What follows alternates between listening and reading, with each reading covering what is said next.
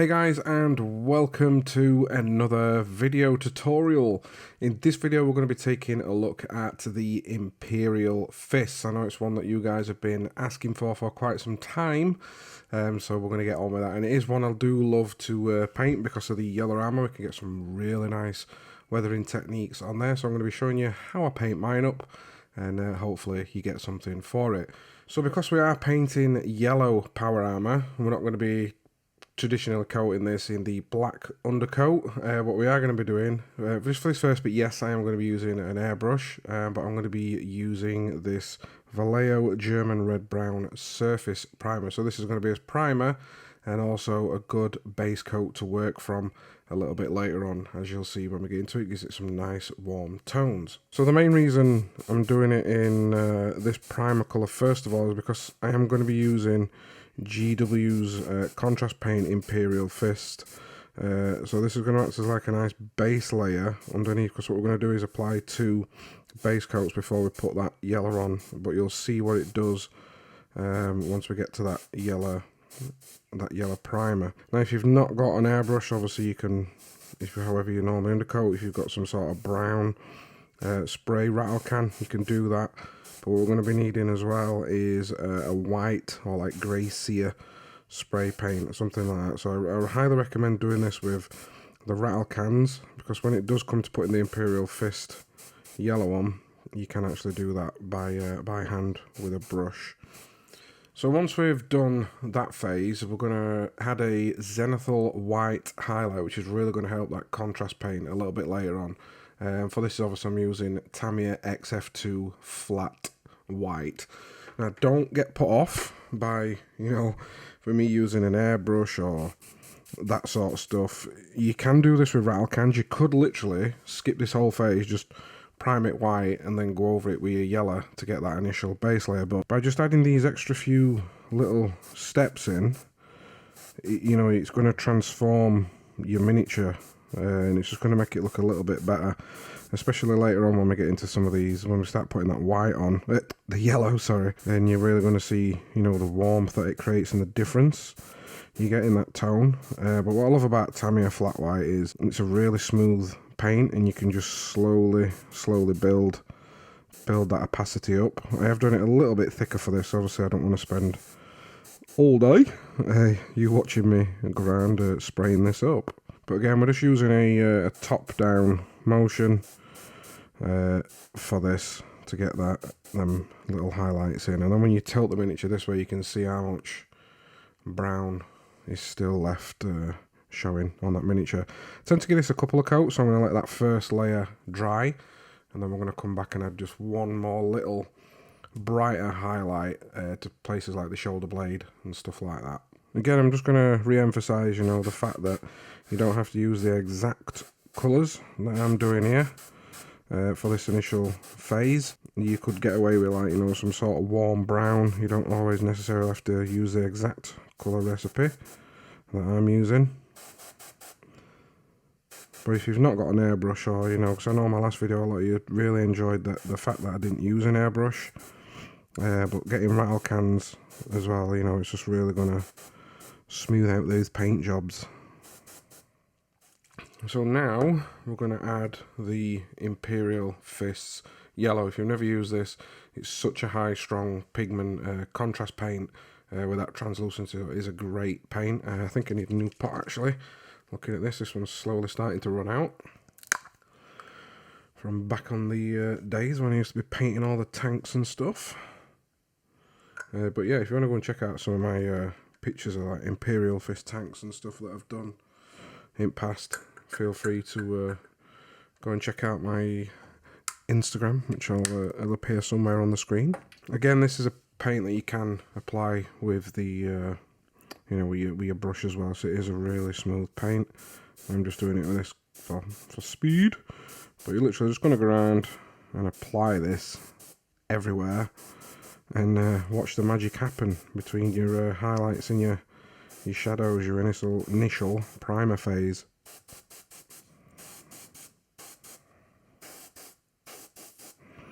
Just make sure you are getting in all those crevices and cracks and stuff, because again, it sort of does the the shadows for you. And you can see now, because we've done that initial phase, we've got like a nice yellow, but it's also added the shadows and stuff for us. So it's like a little cheat in a way. We don't have to go back in and glaze those in or paint those by hand. So there we have it. As you can see, we've got some nice warm and bright highlights on that miniature just by adding those little pre-shades at first. Really going to transform the way that armor looks, so you don't have to spend loads of time painting in your glazes and all that sort of stuff. It sort of does it for you. So what we're going to do now, we're just going to do a little time jump, because again, I know I always say this, the blocking out, the blacking out phase, sure you don't want to sit here for 20 minutes and watch me do that, but we're just going to go in there and black out all the areas that we're either going to paint metal or that are just going to be black, so that we can move on to the other phases.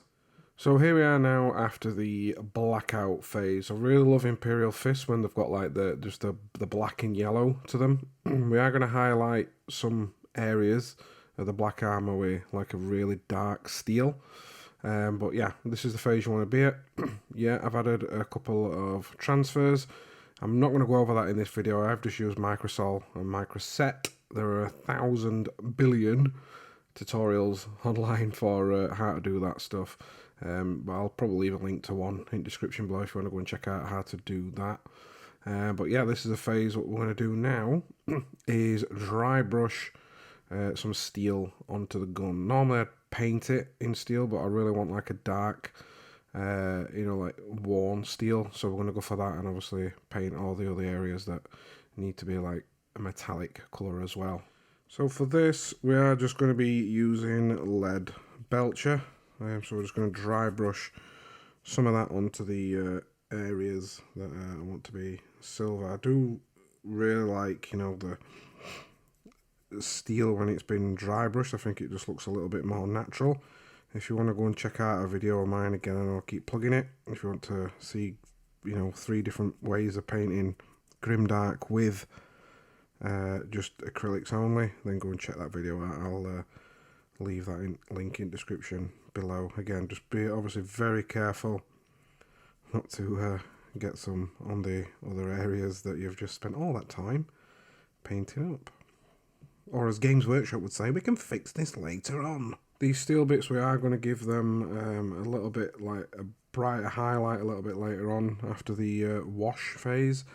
The reason for that is obviously when we go over with the enamels, it's going to dull it down just a little bit. So I'm going to use something like Rungfang steel and just go straight over top of this dry brushing. Down here where like the exhausts are for its backpack, I'm just going to give them a light dry brush. Steel, as though some of it's corroded, some of that paint's corroded away. We are going to add a little bit of battle damage to that a little bit later on when we get going, but I'm just going to get those a little bit shiny. For areas up near his helmet, I'm just going to switch to a regular smaller brush. You can actually still dry brush with your normal pointed tip brushes. You just got to, be that little bit more careful when you're doing it. But when I paint for myself, if you could see, like, when I spend a bit more time on the miniatures that I just like to paint in my own time, you'll see that I use this technique a lot, just dry brushing with a pointer brush for some of those smaller areas. And you can even do it on big areas like here. Just going in and getting some of those tighter bits that I might have missed. Now I'm going to do something a little bit different than what I usually do. I normally apply this by hand, but for this one I'm going to do it via airbrush. One word of warning: if you're using enamels with airbrush or even at all, make sure you're in a well ventilated area, and you've got like your mask on and all your protection and that sort of stuff. So yeah, you want to be really careful when it comes to this phase. Because I've thinned it quite a bit, it is going to run into some of those crevices.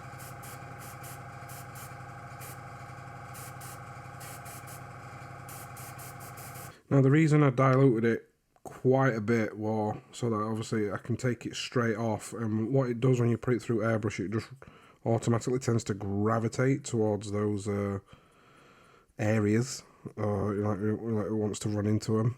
Again, obviously we didn't apply, you know, like any varnishes or anything like that with this one, but just be very gentle when taking this back off. And all you're going to do is get a cotton bud, dip it in your mineral spirit, and off you go. Beauty of this is you can remove or leave on as much as you like. You know, that all comes down to our grimy and dirty. You want your little battle warrior to look. You might get little areas like this, or like on the shoulder blade here, that do come off. Don't worry, because we are going to repaint those back. And if you do find that you are chipping a bit off more than what you wanted, or if little bits do come off, don't worry, because we can disguise it as battle damage. So after you've done that, this is what you should be looking something a little bit like this. And it actually does warm up and grime up that miniature, that tone a little bit more. And here we go with the Grimdarkness. But now I'm going to go into some battle damage. And how we're going to do that is by a sponge and brush using Rhinox hide. Now I know I say this a lot, but the trick to getting your sponge chipping is to get a little bit on your sponge, dab some off, and pay special attention to areas that would naturally have been smashed about a little bit, like your legs, shoulder blades, and all that sort of good stuff. And depending on how much pressure and stuff you've done, I know everyone says, oh, you just get copy and paste, you just get copy and paste. Well, that depends on how much pressure you put on, because you can get so much different variation with this sponge chipping technique just by, you know, the amount of pressure and paint and stuff that's on your actual sponge itself.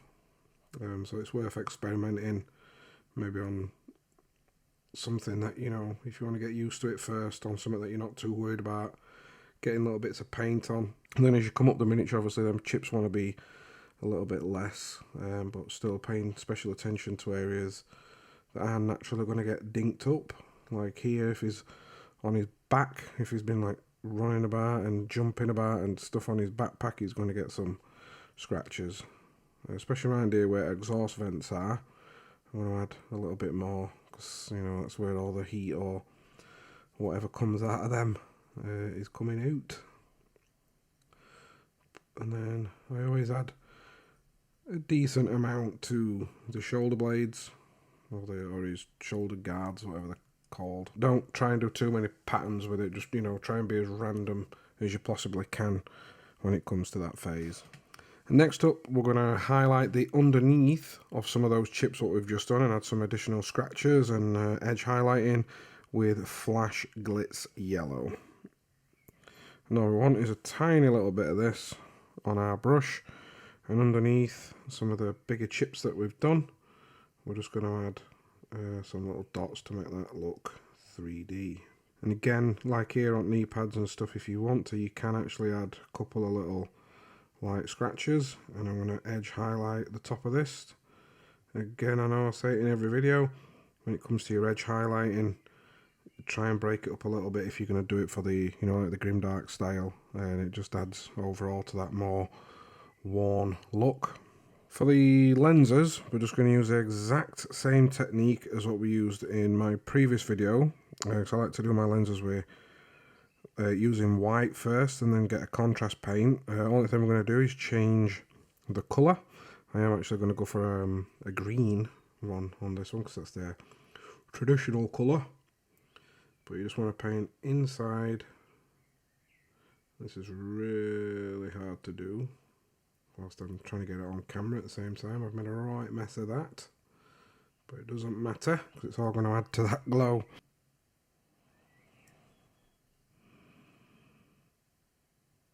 But the contrast paint we're going to use for the lenses is Aldari Emerald. And we're just going to apply a generous amount into each eye lens. Don't worry if it goes onto that bottom bit a little bit, because that hasn't got any paint on it. It'll just look like an extra little bit of a glow underneath its eye lenses.